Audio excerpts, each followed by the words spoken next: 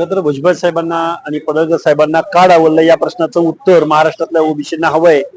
मला वाटतं अजितदादा पवारांनी कोणत्या आकसापोटी माननीय भुजबळ साहेबांना मंत्रिमंडळातून डावललं का? मग 2.5 वर्षाचा मंत्र्यांचा कालावधी ते स्वतःच्या बाबतीमध्ये सुद्धा लावणार आहेत का?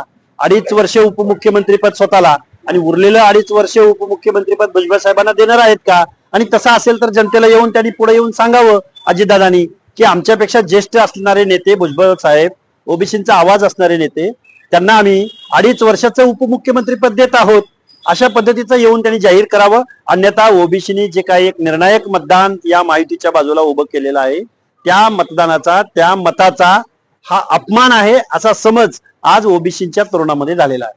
ओबीसीचं नेतृत्व केलं गेलं आंदोलनांच्या वेळी आणि म्हणून फक्त जातीचं राजकारण केलं जातं म्हणून डावललं जातं. निश्चित बघा, मार्कडवाडीला पडळकर गेले आणि आंतरवली सराटी होण्यापासून ती मार्कडवाडी वाचवली आणि त्याचं फळ म्हणून जर त्यांना मंत्रिमंडळातून डावलण्यात येत असेल तर मला वाटतंय हा ओबीसीच्या नेत्यांवरती, ओबीसीच्या प्रश्नावर आवाज उठवणाऱ्या माणसांवरती हा अन्याय आहे आणि याचं प्रत्यंतर मग येऊ घातलेल्या निवडणुकीमध्ये आहेच.